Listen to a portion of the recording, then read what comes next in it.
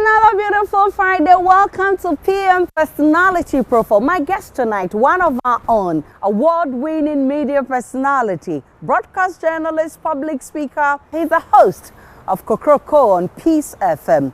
Kwami Sefa Kayi, the Chairman General himself.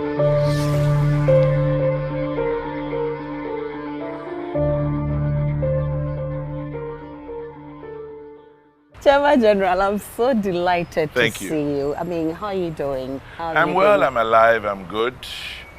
I survived COVID like everybody else who's alive today. You see? So I'm fine.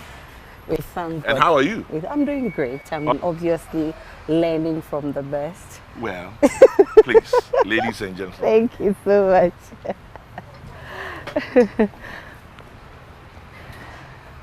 By the way, yep. Congratulations for your new appointment. That one. Well, thank you. It's a good feeling. Except that it comes with plenty wahala, I'm sure you know. I told you. I'm sure you've heard, I'm sure you've read. And you just sit back and you're like, well, you're not the first, you'll be the last. And so you live. But of course, it also gives you the opportunity to serve your country. I know you've been serving your country, but this is an additional duty. It is. It's exciting. Boardroom experience, corporate experience. You know, for those of us who are journalists and most of the time working on radio, television, or print, sometimes they think that we can't do anything beyond what we normally do. Definitely. And so it's a good experience, a learning experience. And let's see how it goes for the next few years. I'll be there. And I'll do my best. Definitely. I promise. And I know you will, because I've been monitoring you for some time now. But let me ask you, where at all did you get this name, Chairman General? One of its kind, though. I've never heard it before. You know, it started from my workplace. There's a combination of what happened. You know, one of my colleagues, Nana Yakunedu, everybody calls her Mama Africa. Okay. But nobody remembers that I gave her the name Mama Africa. Okay. And back in the day, I think it was 2009, and she had, we're doing some interviews. One morning, she was part of my show. Okay. And so I interviewed the Auditor General, the Attorney General, and a very rare interview with the Solicitor General. Okay. But by then, because I had named her Nana Kunedo, I named her Mama Africa. When the interview ended, she and my then colleague, Kojo Dixon, who's now with Angel Broadcasting, they were like, oh, and they said, why interview General for the end of Chairman General? And then we laughed. We laughed over it and, you know, we just let it be. The chairman of all the generals. And then Kojo Dwesari, everybody calls him Swagger. Former MP Adenta. Definitely. I also nicknamed him Honorable Swagger. Okay. Because it was the day he came to the studio, I was playing this song, She Got Swagger, you know, Swagger, that song. Yeah. And then, because he was dancing, I said Honorable Swagger. And then he impressed on the name Chairman General. And so for the last maybe 10, 12 years, it stuck. Okay. And it is what it is, Chairman General. It's not a bad name. For somebody who wanted to be in the army and never got to be there. You see? Well, I get a general title to my name. And so call him General, Chairman General, and he will respond to that. Of course, why not? Especially because it's from your own colleagues and your friends, and it's a good feeling. It's not a naughty nickname. You know? And so, well, yeah. It is what it is. It's a good feeling, though. It is. But of course, I'm sure you're aware that a lot of people admire you, what you do on radio, and a lot of people look up to you, actually. But that's only on radio, if I may put it. I mean, let's talk about you, the man Kwami Sefa Kayi himself. I know you were born at the 37 Military Hospital. I was you born always 37 talk Military about Hospital. that. June 20, 1970. Okay. I was born to Anami Osofa, the broadcaster mother. My father is from the Volta region, my mother is from the Eastern region. Okay. And so I have a mix of both. You're doing Nyabro. Nyabro kakra. Nyabro kakra. And Unia. So kakra. Mekwang. Yo. What's the young crapim for? I didn't mean say anywhere good. And Nyum. Mekwang and Nyuma. It have a bit of this and a bit of that. Okay, I hear you speak that a lot and on radio. And so well, because you know, as I say, kids speak after their mothers, the mother tongue, the proverbial mother tongue. And so, yes, I picked it up from my mother. And then I went to school in Kokrokoo for 5 years. And so naturally, the language grew on me. And I've carried it all these years. And you grew up in the barracks. Oh, I grew up in Bema Camp. Must have been fun growing up. Well, there. For me, it was also traumatic. Traumatic? I grew up, I saw June 4, 1979. Oh my goodness. I saw 31st December 1981. I saw June 19, 1983. Ooh. And so sometimes when you're talking to much younger people, they don't seem to process or understand what it is. Yeah. Growing up in Bema Camp was fun. It was exciting. It was a very well structured environment. And then the coups began. Oh, goodness. You know, people had witnessed 72, 66, but I witnessed 79, 81, then the Jiwa coup of 83, and it was traumatic. But imagine. Somehow I look back today and I have no regrets. My friends from primary school, I went to school there as well, obviously. My friends from class 1, Garrison Primary School, Bema Camp class 1, are still, some of us are still very close friends. We maintain a healthy relationship. We're buddies. And so, yes, it was exciting growing up then. And so naturally, most of us who were military children, or as they call army brats, you wanted to be, follow the tradition. Because you were born with shiny shoes, orderliness, discipline, patriotism, being truthful, honest. It was part of your upbringing. You had no choice but to live that kind of life. And so, yes, I grew up in that environment. Church, school, parents, friends, and we grew up like that. And looking back, I think it shaped me in a lot of ways, especially when it comes to my work ethic. I think I'm a very easygoing, playful person, but I always draw the line when it comes to my job. It's very important. And I'm sure that's what has brought you this far. My father at the time was an army major. He died as a colonel. And so for a major, you are like maybe a middle level bank manager or something. You are still going through the ropes. But those who were up there were the main men. But it was good. We made friends with all of them, both high and low. And it's part of the reason why I'm detribalized. Anybody who's brought up in a barracks, you almost become detribalized through no fault of yours. Because in a barracks environment, you have Gans, Evers, Fantis, Northerners, Bono people. I mean, everybody's there. So let's talk about school days. And you talk about Ukrapeman. I'm sure you started from the barracks, right? I went to Garrison Prime. Actually, yes. I went to some place called Central Preparatory. Where is that? It's in Bema Camp. I don't know if it's still there. I actually started from a place called Mrs. Asari. That's what, crèche? No, today it's called Mother Care. If anybody knows about Mother Care, it's a big school now. It's a big, big, big school. If anybody knows about Mother Care, it started as Mrs. Asari. She was an army officer's wife who started a small school. So loads of us were kind of, shooed in there to go and study. And then, it was also a place where, as kids, when your parents leave home for work, they take all of you there and she takes care of you. So from Mrs. Asai, which is now Mother Care, then I went to Central Preparatory, went to Garrison Primary. Then I went to the Okwapman School in Ekropong. P.O. Box 99, Ekropong. I still remember the address. So yes, I went to Okwapman School, left school, did Workers College, left there, started media work, GBC, did journalism school along the line. And the rest is history. Tell me about school life. I mean, were you a bad boy? What kind of a student were you? What's a bad boy? What kind of a student were you? Tell me. I was primarily a free spirit. I think I'm still a free spirit. Yes, you are. And if you're a free spirit and you're in school, you get into problems with authorities. A lot of the time. Yeah. So, looking back, I don't think I was a bad boy. I think I was just an adventurous youth. And I can't tell you everything we did, except that we got into trouble sometimes. Tell me about some of the things that got you into trouble.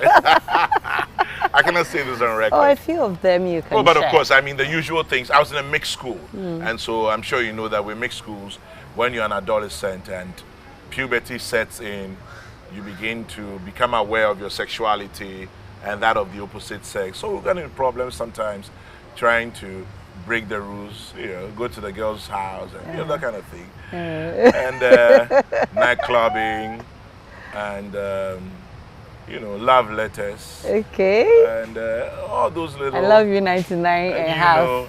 Add the half and crossing the ocean of. All right, dude. Sometimes you look back and you ask yourself, was that really me? Was that really me? Okay. So yes, I had fun growing up, especially in school in Kokrokoo. And you pick up good habits, bad habits. You drop some, you keep some, you pick up friends, you make good friends. Some of them last your entire life. And some of them after school you never see again. Go to all the jams. These days they have what they call a club. Yep. We didn't have clubs, we had disco. Disco. Hey, it was a disco. You used to run away from school and go to disco. Well, now you're telling me to tell you. But in those days also we had mobile spinners. Okay, what's that? Those were the days of Skyhawks. Tell me about it. Willie Chi. Now it makes sense to you. Why not? There was Willie Chi. Okay. There was Skyhawks. There was Moondogs. What else can I remember? But Willie Chi, Skyhawks, Moondogs, they were the main, and these were mobile spinners. These days when you go for funerals, you have mobile spinners. Yeah. Back in the day, it was a big thing. Oh, wow. Because they kept the nightlife, the entertainment life bubbling. And then I remember that every year on the 1st of July, Republic Day, there was a famous thing by Ghana Tourism Authority called Meet Me There. Labadi Pleasure Beach. It was a big thing. Meet Me There. Okay. I should look for the poster and show it to you. Meet Me There. Yeah. So you're going to meet who? Hey! Who is going to meet who? It was a big thing. Meet Me There. That's where you used to find your girls. Every 1st July. It was a big deal. If you did not attend Meet Me There, now won't count. Hey, wow. It was a big thing. It started from when I was about 14 or thereabouts, or 13. I got to go for the first time when I was about 17 after my O-levels. It was a big thing, everybody after school goes to hang out. That's when you probably have your first beer properly, and then you can hook some girl. So you ran away from school and go and No, do it was all after that. my O-levels. You were home. Okay. Waiting for your results. Okay. And it was always on the 1st of July. But it all started whilst you were in school. Of course, it started whilst we were in school. And then because I was in a Kokrokoo, one of the biggest festivals that time and still today is Ojura. Ojura Festival. And so with the Ojura Festival, you get to learn about the traditions, the customs, why it is Ojura, the processes they go through. And then, of course, on the Friday night and the Saturday night, if you're lucky, there's Willie Chi, there's Skyhawks, there's Moondogs. It was a big thing, So that one, you have to break school bounds and hope you don't get caught.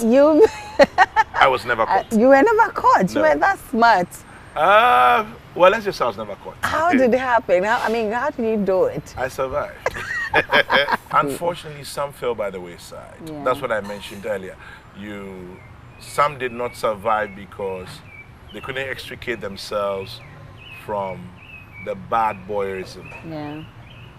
Most of us managed it. And it is what it is. It's life. But your mom was a strict mom. She still is. You Oh, always yeah. say that. She was a broadcaster. My mother was a broadcaster, did about, she started GBC in 60, if I can remember, 64-ish, thereabouts. Okay. She did it for about 23 years or thereabouts, I can't remember. And you were able to do all these without she noticing? She found some out, and she didn't spare the rod. Though she didn't find out, well, we kept to ourselves. So, when you see your own children growing up and they think they are smarter than you, you just fold your arms, you look at them and say, oh, look this one. Look at this. I've been where you are, But you see, it's part of growing up. Yeah. It's part of, except that as those challenges come for young people, when you have a guiding hand, it shapes you as you go along. So for me, my mother was my guiding hand. Okay. So, and my mother would employ the carrot and stick, you know. So slowly it molds you as you grow older. Your values as you're taught, your personal values as you grow up to acquire, and all of those things eventually determine a lot who you are. Okay. Unfortunately, those who unfortunately fell by the way probably didn't have that, or were just too stubborn to, you know, pull back and recalibrate. It is what it is. Kwami Sefa Kayi, You're right. the Chairman General himself, is my guest tonight. When I return from this break, this is a man who wanted to be an army officer. How on earth did he land in the media space? He'll be telling us about it. Remember, he's always in the middle of the two major political parties. How does he do it? I mean, that's a difficult task. The last time, some of them tried beating me up in the studio. He'll be telling us how he manages these two stubborn people in the studio almost every day of his life. And also talk about what does the future hold for Kwami Sefa Kayi. Stay with me, I'm coming right back.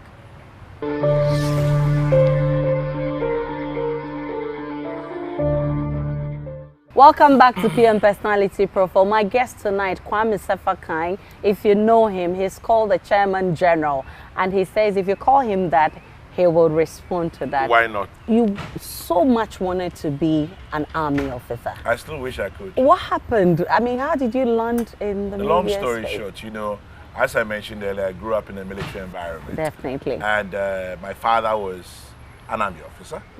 And so for most guys who are growing up who have a relationship with their parents, for most guys, your father is your role model. Definitely. And you know, the shiny shoes, the starched boots, the guns, the sheer salute. bravado, the salute, you know, the guy, the discipline, you know. So you naturally thought that this was your projection or your trajectory. Okay. And so yes, I wanted to be. So I remember when I finished my national service, unfortunately my father died quite early. Oh, and so my father died when he was 48. And so when he passed, I just finished my national service and I came back from... Okay, I did my national service he died in the north. naturally or he went on... We had a car crash. Oh, I'm sorry And then died about 2 that. days later. Okay, let's not go in there. No, it's fine. It's been 32 years almost. Yeah. Long and hard road. I would miss him. I wish I could have a beer with him today, you know. Sit with him and say, Charlie, this is what I turned out to be like. Aisha finds me good enough to interview. I'm sure he'll you be know. happy in his You should be proud of me. grave. You know, so I came back from national service. And of course, I wanted to go straight to the military academy. My mother had other ideas. Now, let me just go back and say that before I finished sixth form, I was naturally bent towards the arts. Okay. So I was a lot of a reading person. So you did arts in school? Yes, I wrote a lot of articles, even as a much younger person. Okay. I was involved in the drama group and stuff like that. And my mother thought that it was my natural projection or trajectory. Okay. And because she didn't want me to go into the army, you know, so she was like, she actually introduced me to broadcasting very surreptitiously. Okay. There was a guy called Sefa Kayi, my mother's very good friend. He was a broadcaster as well. Okay. And so he literally held my hands and took me to GBC. Okay. But way before that, I always say that I remember a guy called George Crabb, much older, you know, my mother's contemporary. For those who are much older, remember George Crabb from GBC. He was the first person I remember at about age 9 or 10 who sat me on his lap in the studio and had me talking to a microphone. I was a kid. Okay. I mean, But it meant nothing to me, really. Yeah. It was, you know. So from George Crabb, the next time was Sefa Kayi on my mother's prompting. Okay. Went to GBC, started TV theater with Janet Owusu, and I kind of started liking it. Okay. And those days I used to write articles for The Mirror, The Spectator. And so my mother kind of like just, you know, a typical African mother, strong-willed, strong nature. So she kind of veered me slowly into that area. Without you noticing. Without me noticing. And because I was also enjoying the little celebrity attention that was coming to me. You know, oh, we saw you on TV. I was what, 22, 3? You know, and it's not like today where because of social media everybody's on screen. There was one television station, one radio station. Oh yeah, so it was a big deal to see you on hey, television. Hey, Chalo, guy. You know? And the girls will be falling at your Hello. feet. Hello. So I began to enjoy it. Okay. And then I met a man who changed a lot of things for me. Okay. He doesn't like me saying it, but I have to do what I have to do. His name is Kwami Manuel. Okay. Kwami Manuel, most people call him Buzer. He was producer, presenter for a program called Leaders of Tomorrow. He gave me my first lessons in broadcasting, speaking into the mic, preparing your production script and all of that. I know El Ankara. El Ankara then I had finished my national service, and then El Ankara came to this national service in GBC. Okay. So we're called co-opted. So we're like his small boys. We're his follow back. Yeah. Okay. And then I met Kwesi Dakwa, and I became a follow back of KKD as well. Okay. So slowly it was me. Today, Reverend Azigiza. Apprentice. No, we're apprentices. We're apprentices. We're apprentices complete. This is like what? More than almost 30 years ago. Okay. And so me, Reverend Azigiza, Kokstamaklo, Alankra, I can't remember all of them. But so we kind of learned on the job and then honed our skills as we went along. Then I moved on to television, and then slowly my interest peaked there. And then I forgot about the military. Oh, goodness. So that is how I landed this job. She did a wonderful Yeah, job. she did. My mother did. So after about 2.5 years in GBC, then I was doing movies as well, actually. Okay. Ultimate Paradise. Well, Ultimate Paradise was my biggest television break. I was 24. Yeah. Okay. 23 going on 24. And I remember Alexa Hulu. I wonder where Alexa Hulu is. He was a director at GBC. Alexa Hulu, the late Wallace Bampoado, who was actually the script writer, producer, director of Ultimate Paradise, came and said, Charlie, we're doing a script, man. Want to do this TV soap opera. Then soap operas were not common. Yeah. In fact, they were not close to non-existent. Yep. We had Villa Kakalika, we had TV theater, but a proper soap opera for television was, I think our biggest one was Ultimate Paradise. Ultimate Paradise. So I got drafted into it. And at the time also another gentleman called Moses Japon. Moses retired now, Moses was at GBC. So they taught me the rudiments of television production, and we went into Ultimate Paradise, did TV theater, was doing radio on the side, was doing movies at the same time. I actually wrote for a newspaper called PMP. Oh. Now it's defunct. Yes, yes, I remember I used to PMP. write for a paper called PMP. I remember So I that guess that I was an all-round media person. And then my first real boss, unfortunately he passed, Kwesi Senti Bafuboni. Everybody calls him Babo. So Babo walks up to me one day and says, Charlie, we're doing a radio station. Are you interested? Which is Radio Gold? Radio Gold. Okay. This was in 95. I said, why not? GBC, I'm just a guest artist, what they call contract staff. And Charlie, I don't have a proper real job where I pay SNIT and pay tax and earn a salary. I'm just, moonlighting here and there, touching on bits and pieces and generally having fun. Because, of course, then I was a mini celebrity of sorts. I was on television, I was in movies. You needed to live up to the standard. You know what I'm saying? I was on radio. And so Radio Gold and Bafuboni gave me my first real job. Okay.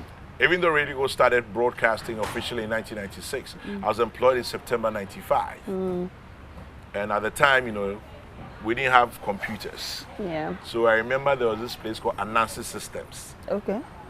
I'm sure you never heard of it. I'm not sure. Anansi Systems was in Adabraka. Okay. And they were one of the main computer people at the time, so we had to go there and study how to. Charlie, when they put the computer, there's some big TV, like some small TV. But slowly they took us through the rudiments of, how to work with a computer and all of that. And then eventually, in 96, we started Radio Gold. And then after 4.5 years, I left in 2000, joined Peace FM. And the rest is history. Oh, but bro, you've come so far. I mean, long and hard road. You've come so far. And I'm sure the journey has been curvy, winding with twists and turns. Tell me, how has the journey been? Over 25 years of broadcasting. It's been exciting. And as you said, twists and turns. We've had our issues of ups and downs. Definitely. Fortunately, in every balance, there are pluses and minuses. Yep. Fortunately for me, I've had more pluses than minuses. And so at the end of the day, you look back on the entire journey, the minuses become a learning curve. The pluses become points of celebration, yeah, and also learning curves as well. You don't always learn from your negatives, you learn from your positives as well. You know, because every time you're applauded, if you let it go to your head, yeah, you'll be complacent. no, you learn nothing. So there are pluses, there are minuses. And as I mentioned, the pluses are more than the minuses. So you learn both ways. When the applause is loud, you know, you gloat, you smile, you laugh, your head feels light. But learn from that process, because the applause won't be there forever. Yeah. That is why there are minuses. Yeah. And when the minuses come, you learn from them as well. Except that I can say without, you know, on pain of sounding vain, I've had more pluses than minuses. Okay. There are moments where you think that people don't really know you. Okay. But because you work in the public space, they think they do. Okay. So they pass judgment on you, sometimes fleetingly. Yep. It hurts sometimes. But you have to be a Teflon person. You dust it off and you move on. Tomorrow is another day, man. Very important. You have loads of opportunities to prove it, that you know what you're doing. That was just a momentary setback, and that there are many more pluses ahead of you. But we really, really admire you. Lucky me. General, I want you to share with me how difficult is it handling these two major political parties? We sit in the middle, and also being impartial. It's difficult. As I speak to you, the NDC have boycotted my show for about a year and a half now. Oh. They accuse me of being unfair to them. Okay. And deep down, I know that I've done my best to be fair. Yep. As I always say, I'm not neutral. I'm fair. Yep. Because I picked a leaf from Archbishop Desmond Tutu. Okay. He says when an elephant and a mouse are in a fight, and you say you're neutral, as far as the mouse is concerned, you're on the side of the elephant. So I think I try to be as fair as I can. In the process, I am not always right. Okay. But you live and learn every day. I've worked with the NDC since '96 until a year and a half ago when they decided to boycott my show. Before that, we've had quite an extremely mutually respectful and cordial relationship. What I know about politicians is that when it's in their favor, you are their friend. Definitely. When it's against them, you are their foe. But what can you do? Yep. You live with it. I've had MPP people who don't particularly like probably my line of questioning. They'll speak to you privately about it. Same for the NDC. And you live and learn every day, Aisha. Yeah. Sometimes also, you can't dwell on a particular subject for long. Yeah. They like you, they like you. They don't like you, they don't like you.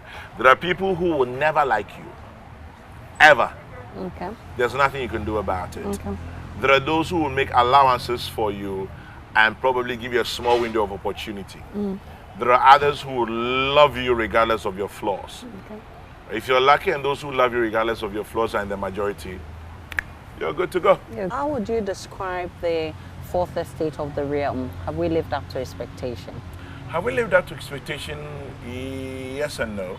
Okay. I think we've become very opinionated, which is good in some breath. Yeah. But sometimes we think we know it all. Okay. I noticed that a lot of us journalists and media practitioners don't like to be critiqued. Okay. And I find Just that, like we critique others. yeah, I find like, really? When did this happen? Yeah. We think that we know it all. Okay. And we think that the moment we have an opinion, that what should be the riding opinion. I'm like, really? Okay. No, we can't be right all the time. Yeah. We should learn to be able to accept that much as we critique others, others will critique us. The fact that we have the fourth estate of the realm, the fact that we throw a light or we watch the watchman, doesn't mean that we always get it right. So we should also be able to accept criticisms. Criticisms come in various forms. What I cannot stand or what I disagree with is plain-faced insults Yeah. and disrespect and threats. I disagree with you, Aisha, because A, B, C, D. So defeat me with superior argument. Don't defeat me with threats and insults. Nah, that one. But we should be able to admit. But you see, when you look at the fourth estate of the realm from the beginnings of the Fourth Republic, I think we've done well. Except that it's changed, dynamism. And then social media has also rebranded the entire media practice. Yeah. And so some of us have become more sensational than sensible, Yeah. unfortunately. Unfortunately. And so we're in a hurry to be the ones to do the breaking news. But breaking news has to have substance. Yes, and it has to follow protocol. Breaking news has to have substance. It has to follow protocol. It has to be sensible. Yep. But it looks like a lot of sensationalism has taken over. Kwami Sefa Kayi is my guest tonight. Call him Chairman General and he will respond. We've been having some very interesting and reflective conversations, and he's been talking about his journey in the media. When we return from this break, we'll be looking at the media attacks. Recently, we've had to deal with some even being murdered. How does he feel about it? And he also spoke about people accusing him of being MPP and NDC. We'll be talking about his political ambition. Does he have one? Stay with me. I'm coming right back.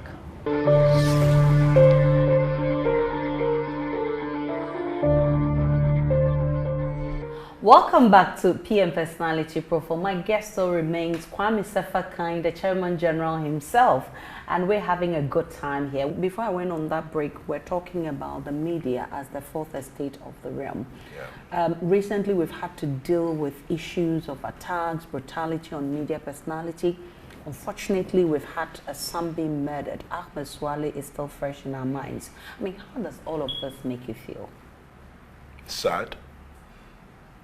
Disappointed. But you see, Aisha, we have a culture of hypocrisy and dishonesty amongst our general public space conversations. Your own colleague at Multimedia, Latif Idrisu, I mean, if we're a serious country, but for hypocrisy and dishonesty, we should have found justice for Latif by now.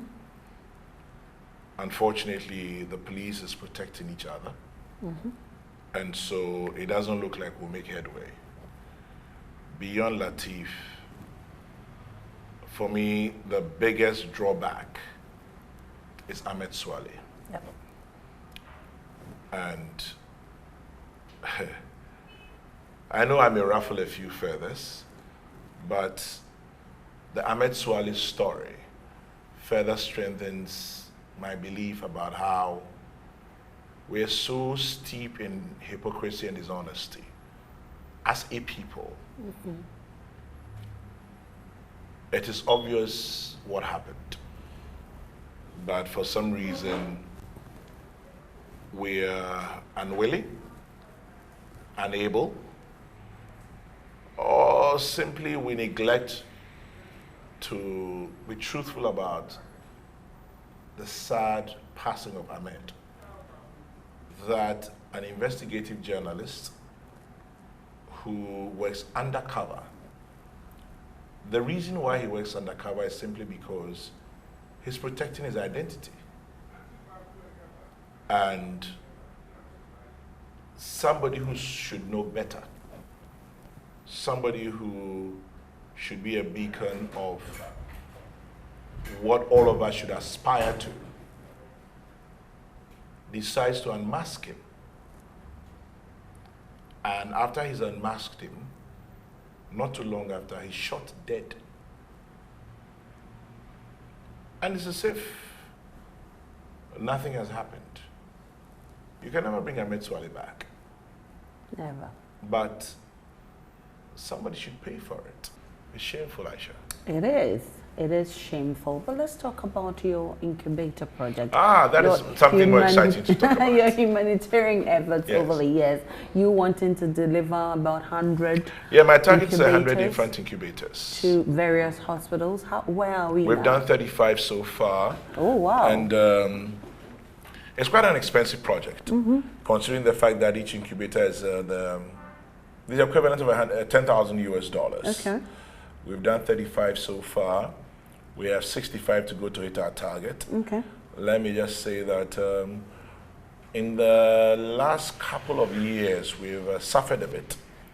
People don't really know the effect of COVID, but COVID has hurt a lot, Okay. economically especially. So people who initially were very willing to support you financially have had to relook at their books and they've pulled back a bit. But I'd say that in the last 5 months, we received some very good, requests and enquiries. The Vice President, Dr. Baumia, was kind enough to give us a very substantial amount of money. Okay. We received some donations coming in from individuals. Some of them don't want to be mentioned. Some of them are very quiet about it. GMPC has promised, they've been one of our biggest supporters. Okay. GMPC actually bought 15 incubators for Wow. us. Yes, they gave us $150,000. And we're looking at another 5 from them. And we're hoping that we'll be able to, probably on our next campaign, push about 50. Okay. Well, about 15, and then they'll give us 50. You get to 50. Okay. So we're working at it. But what's the motivation? I don't know if you've had a preterm child, but the fact that you're a mother alone should tell you the connection to your children. There are children who are born at 28 weeks, 30 weeks, 32 weeks, with very little chance of survival, but for an infant incubator. One of my children was born preterm. Okay.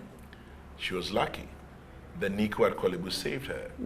My mother told me, or my mother tells me, I was also born preterm. I wasn't there, I don't know. Okay. But you ask yourself, how can we give back? And if you've come on the trip with me over the last 5 years, you realize the impact you make in people's lives. Some of these women are from far-flung places. They have literally nobody to turn to. So she gives birth at 30 weeks. And we've had, babies who were born at 900 grams. Okay. Now, 900 grams. Yeah, 900 grams. You'd have a kid who they spread out on the bed, and I don't mean to disrespect anybody who's watching me, but they look like a reptile. It could be sad sometimes. They look like a reptile. Yeah. And the only way they can gain any sense of normalcy is if they go through an incubator for the next X number of days or weeks or months or whatever it is. And so, on pain of sounding vain, I think we're doing a good job. We're giving back big time to society. So after all, it's not because of politics, because that's what some people think. Why would anybody equate childbirth, giving back with incubators, to politics? Yes, it has nothing to do with it. It has everything to do with giving back and helping people who unfortunately cannot afford it. Okay. Or even if they can, they don't have access to the incubators. And so I'm not doing it for me. I don't need it. I don't need incubators to fulfill me. I mean, to the glory of God, I have worked in this industry for over 25 years. Okay. And I don't need to distribute incubators or to set up an NGO to give incubators to make me feel fulfilled. Thankfully, I received some nice plaudits. I received awards. I've been elevated in several ways. Okay. I've been acknowledged in several ways. Okay. I mean, how many journalists have received a state honor? Okay. Order of the Volta member. How many of us have had the opportunity to become an Olympic torchbearer? Journalist of the Year. Exactly. How many of us would ever become Journalist of the Year? I mean, I've been blessed. I've received honors, I received recognition. So I'm not doing the incubator project for me. Naturally, a bit of it will rub off on me because I initiated it. I am the main promoter of it. Yeah. But so what? Okay. Imagine those mothers. How many of them I cannot count? Yeah. How many children would have a chance at life? You see, there's something a friend of mine told me. He says, all of us are a product of the lottery of birth. Yeah. Being born itself is a lottery. Oh, yeah. Not all of us will survive. Some are born rich, some are born poor, some are born... I am sure that you did not determine your parents, neither did I. Definitely. You did not determine to be born, say, a Christian, a Muslim, or a Hindu. Yep. Some of us are born that way. So it's a lottery of birth. Some are unfortunate in that lottery. So if some of us are fortunate enough or blessed enough, why not? If we're in a position to give back, let's do it. Without thinking about who gets the credit or whether it is that it would foster a certain perception of your political ambition or not. But let me ask you this. Do you have political ambitions? What's political ambitions? Do you want to become a politician sometime in your life? Maybe one day. Is the You time, never know. Is the time now? Because you've said this some time ago. You know, never say never. Okay.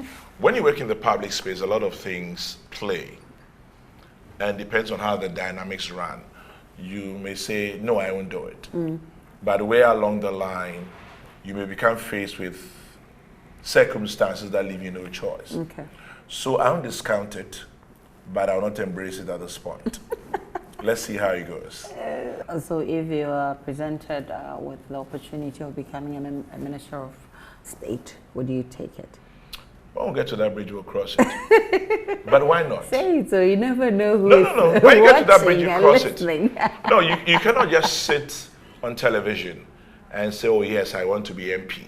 I want to be a minister. I want to be president. I want to be vice president. I want to be council of state. Yeah, as they say, talk is cheap. Talk is cheap. Yes, talk is cheap, man. But, you know, the processes that lead you to that Okay. are quite different from saying on TV and just shooting off your mouth. So, yes, when we get to that bridge, we'll cross it. So what's Would your- I want to do it? Maybe one day. Okay, what's your relationship with the two major political parties? You've said it on this interview that, I mean, sometimes this one accuses you of this and all that. What's your relationship? I have with good both friends of both them? ways. Good friends both ways. Okay. I just sometimes think that sometimes people don't know you, Yeah. and so they judge you based on how they perceive you. You can't always change their perceptions about you. But I know I have good friends both ways, both the NDC and both in the NPP. Okay. But there's one thing you should always realize, they are all fighting for power. And so if at a certain point they think that you are a hindrance to their fight for power, they'll throw you under the bus. Yeah. But if you understand this environment, you deal with it. Okay. You can't always win. No, not always. People say you're an MPP member. That's what they say, let them do. Do you have a party card? I don't. You know, sometimes I laugh at it.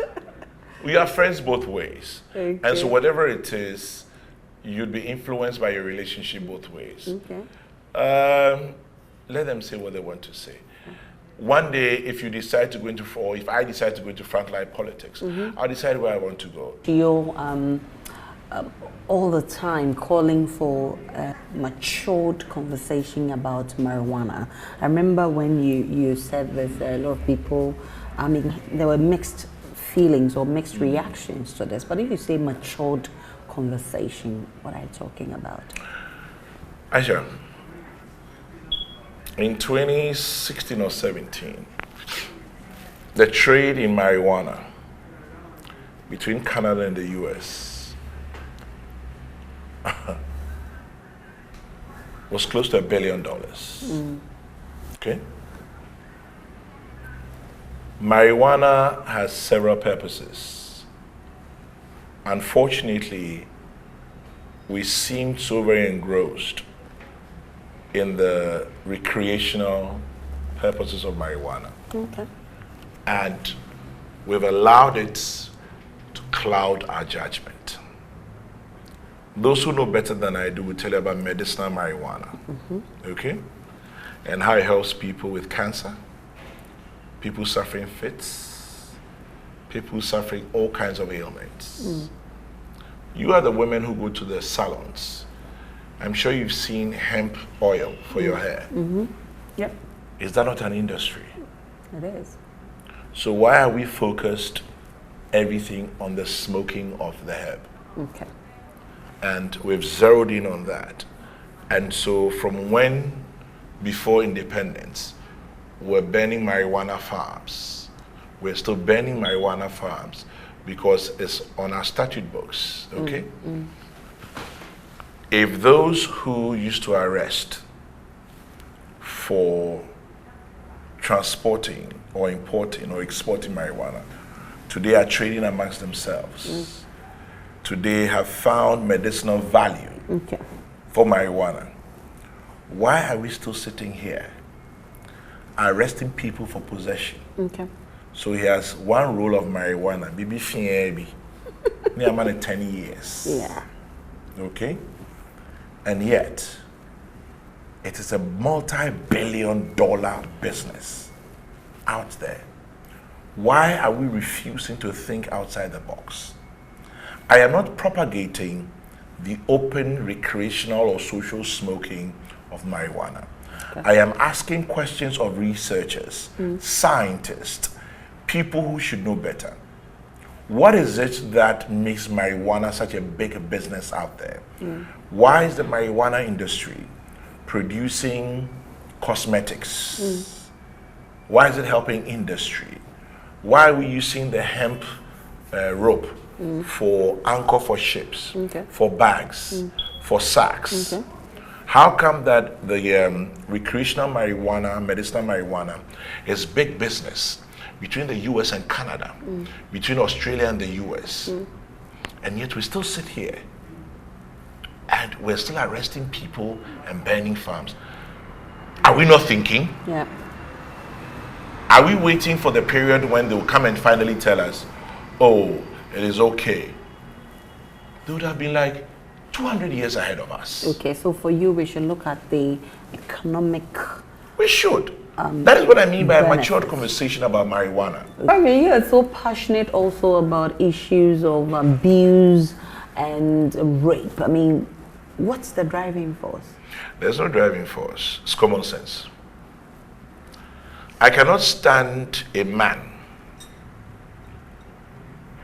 I know I may touch a raw nerve here. But if you sleep with a woman and she offends you and you beat her up, there's something wrong with your mind. Maybe it's my upbringing. Yep. Maybe it's my personal values. But how can you hit a woman you're sleeping with? Okay. Whether wife, girlfriend, whatever. And some of the excuses we have is that I'm born hawker. I've spent money, I've invested. Well, what kind of backward thinking is that? A woman is not your, it's not your slave. So I'm very passionate about that. Yeah. Beyond that, I think that if you want to have sex with a woman, quote unquote, you ask her nicely. She has two options. Yes or no. You have no business raping her. What is that? I mean, like, really, what is that? Like, seriously. Yeah, baby. What is that? I didn't question yourself. No, what is that? You know, what is that? Force her against her will and sleep with her, and what is that? Interesting. No. So for me, physical abuse, sexual abuse, it doesn't sit with my constitution. Yeah. And as long as I have a voice, as long as I have a platform, if it comes up, I will speak my mind about it. You know, as they say, what makes evil thrive is when good men keep quiet. We're hoping that we do Maybe make some success, but let's talk about family. I mean, it's just recently that I realized that you had a daughter with Irene. I never knew that. Yeah, she's 23 almost. My goodness, Yeah. you're getting ready to be a grandpa. I've been busy, girlfriend. So I have 4 daughters and a son. Goodness me, do you have a gun? What do you need a gun for? 4 girls. I love my girls and they love me back. You know, it's just a relationship you have with them. Okay. I think that general perception of the past, where if you have daughters, you need to be overly protective of them. Don't forget, young people of today are probably more exposed than we were. Yep. I mean, my 8-year-old has a tablet. Okay. She has an iPad. She knows how to do TikTok. Okay. I don't know how to do TikTok. Your time. I don't know how to do TikTok. Actually, my daughters forced me onto Instagram. Yeah, because so whether you like it or not, life has evolved. Okay. And so I think younger people today need more engagement and understanding than us. For us, you were whipped into line. For them, if you whip them into line, they probably will rebel. Are the guys coming to worry you, I mean, now and then? Why should they worry me? They are worrying them. But as long as you have a relationship with your daughters, you're fine. Okay, but don't forget, I have a son. He'll compensate for them. So if they invade his territory, he has to go and invade more territories. One by one. He has to. No, my son has a problem because you see, he has more sisters. So if the guys are invading, he has to invade several houses to make up for his invasion. Makes his job difficult. But generally, I don't want to say I'm the best father in the world. I'm not. But I think all in all, I have quite a healthy relationship with my children. Interesting. You've played tennis for what, 15 years? More than that, I started playing tennis when I was 33. Okay. And so I've done a clear 18 years of tennis. Unfortunately, my left knee started playing games. So sometimes after a rigorous game of tennis, you come and you're hopping a bit and you're dragging your feet a bit. So I am not as active or aggressive as I used to be. Probably would play a lot more softer tennis or shorter periods. Okay. But tennis is a game I love. It was my real first outdoor game, and I played it as an adult. Okay. And so I love it. I still do. I've been perfecting my skills, I mean, for some time now. Do I get to play with you? Small. Yeah, we should play small one day. You never know. Even though I think, even though I'm not, that active, I still think I'll beat you to a good game of tennis. Oh, you really? Wanna bet? Try me. Oh, I can try you on that, This is the deal. I'm going to beat you. So this is the compensation. You sing for me. I love the song. Yeah, I love it. When Amanziba released the song, I remember I had a conversation with him and I said, I don't think you can ever play a song better than this. Okay. And he says, no, there's more. This song, as I've always said, is a spirit song. Is it? If you listen to the lyrics, I think this is Amanziba at its extreme best. It's historical, it's rich, it's beautiful, it tells a story. It's part of the slavery story. If you should listen to the lyrics. It inspires, it motivates. It just tells you who we are in the 5 minutes of the song or something, This is the bit I like. So Ghana Mali, Sumanguru, what is wrong? Manchester Key, no Sumanguru, what is wrong? So this is from the Ghana and the northern part. You go to Ashanti, or send to Yamasan, Yasantua, Kenya Israel, Kenya Ethiopia, Kenya Sudan. So it tells you the story.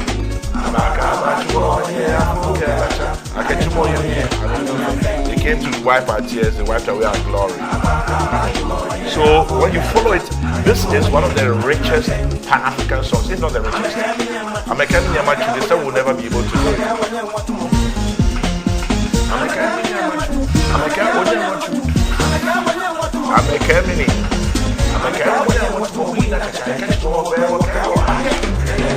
Hey! No, this song is my song. My goodness. I know the lyrics as if I wrote it with Amanziba. Baby, baby, baby. Them say you no feature. Them say we no feature. Them say you no go feature. I'm a care when you want to move in a church. I catch you more. So that portion says they said we'll not be able to cross the obstacles that they put in our way. But and he incorporates Ga, Ashanti, English, and all these rich traditional African Ghanaian rulers, Osetutu, Mansa Musa, just name them. They are all there. It's a beautiful song. Whoa, I just listened to the is. flute. This song is par excellence. It is.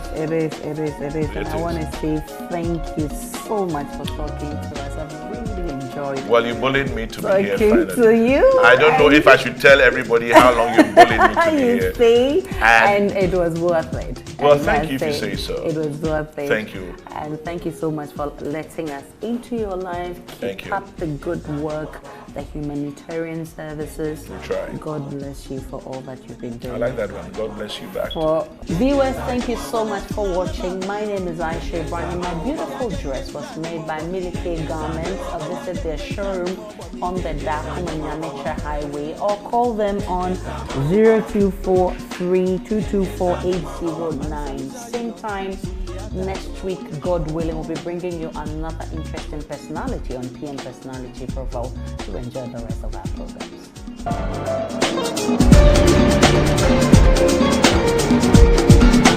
Now, you know,